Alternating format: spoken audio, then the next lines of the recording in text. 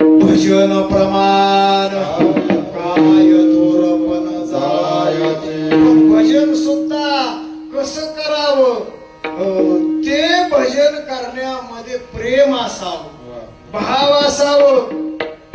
हो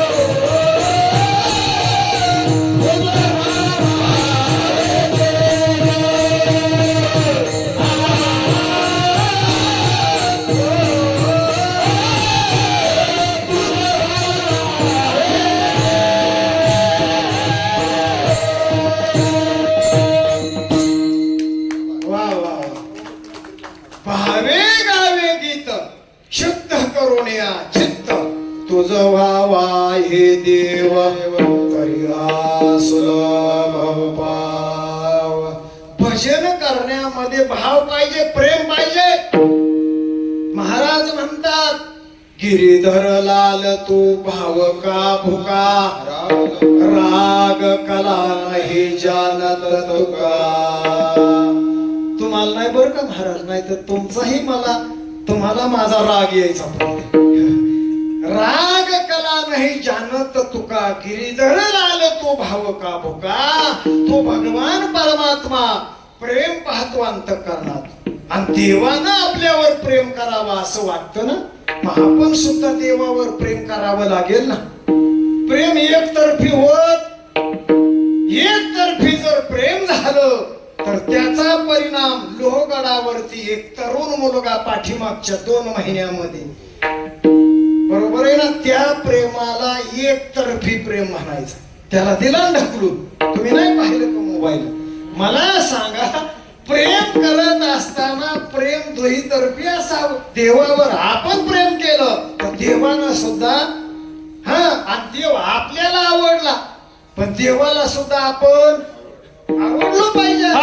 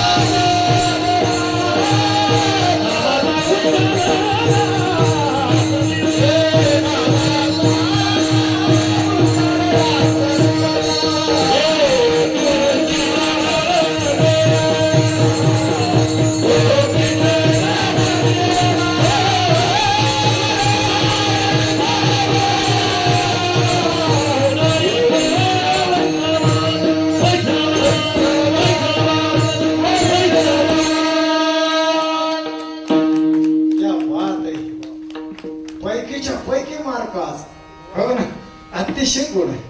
आवडे देवाशी तो एका प्रकार, नामाचा उच्चार रात्रंदिवस. तुळशी माळ गळा, गोपी चंदन टिळा, हृदय कळबळा वैष्णवांचा. मी का सांगतो, देव आपल्याला आवडावा, आपण देवाला आवडावं. पण आपल्याला देव सुद्धा किती आवडावं माहित आहे? देव इतका आवडावा, देव इतका आवडावा का आपल्या जीवापेक्षा देवा.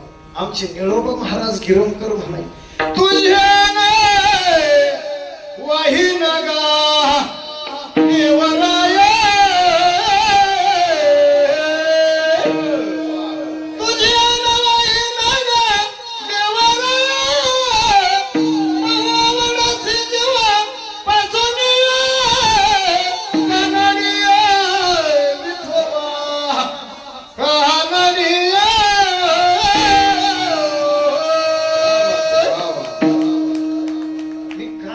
आमच्या श्रीगोंद्याचं वैभव पण त्याला तुमच्या गावाजवळचं एक वैभव जडून होतं. कोणतं? आदरणीय वैकुंठवाशी राजाराम बापू वाळुंज.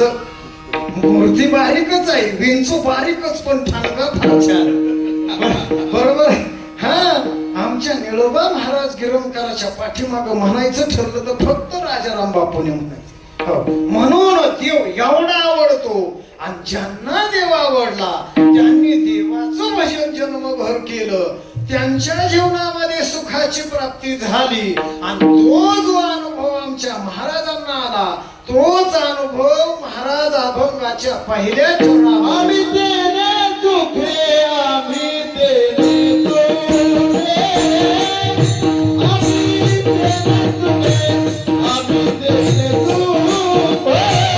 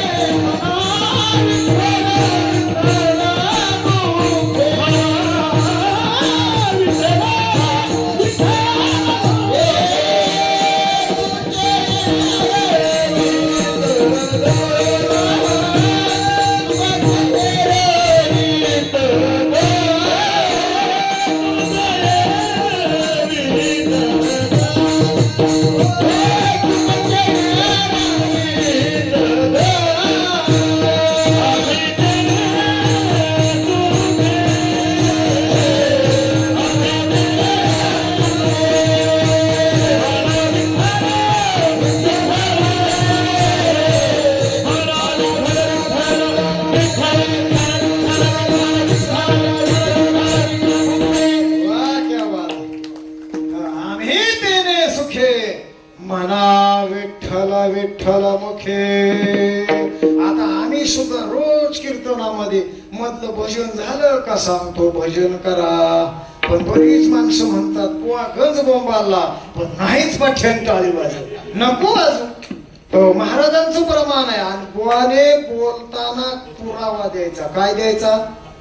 पुरावा. नाही दिला तर बुवाला कीर्तन झाल्यानंतर. बरोबर ऐका, महाराज म्हणतात येथे कोणाचे काय मागेले, ज्याचे त्याने अनहित केले. नाही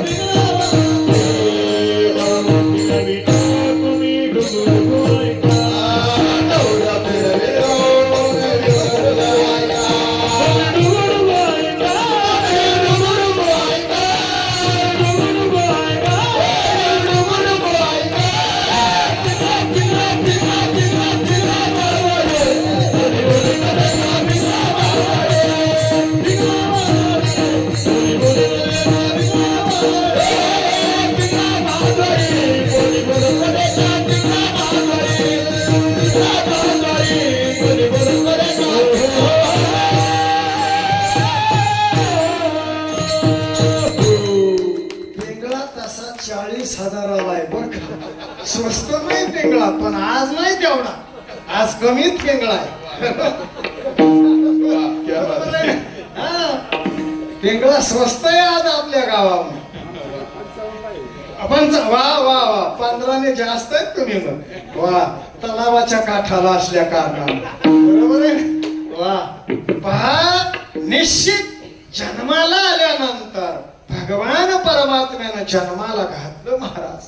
हो, महाराज म्हणतात, हो, आम्ही तेने सुखे म्हणा विठ्ठल विठ्ठल मुखे, तुमचे हेर वित्त धन ते माझा मृत्युके समान. भजन करा, भजन करा असं महाराज सारखं सांगतात. हा करोनी सांगे तू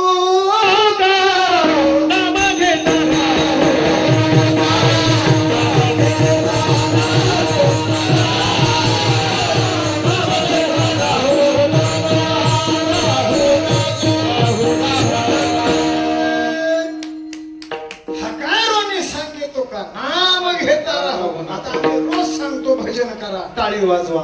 हो, पण माणसं टाळी वाजवत नाही, भजनही करत. ते म्हणतात बुवाला गुत दिलेलं. आमच्या भागात म्हणतात बुवाला गुत दिलेलं आहे. बरोबर आहे. ऐका, जर कीर्तनात टाळी वाजवली नाही तर टाळी वाजवावीच लागते. पण कुठं तुम्हाला माहित आहे ना, टोल नाक्यावर, बाजारात आणि पंढरपूरच्या घाटावर जी मंडळी बसलेली आहेत ना आता, त्यांचं काय कारण झालेलं आहे? त्यांनी कथा कीर्तनात हात असून टाळी वाजवली. हो, महाराज नाथ महाराज सांगतात, केले कर्म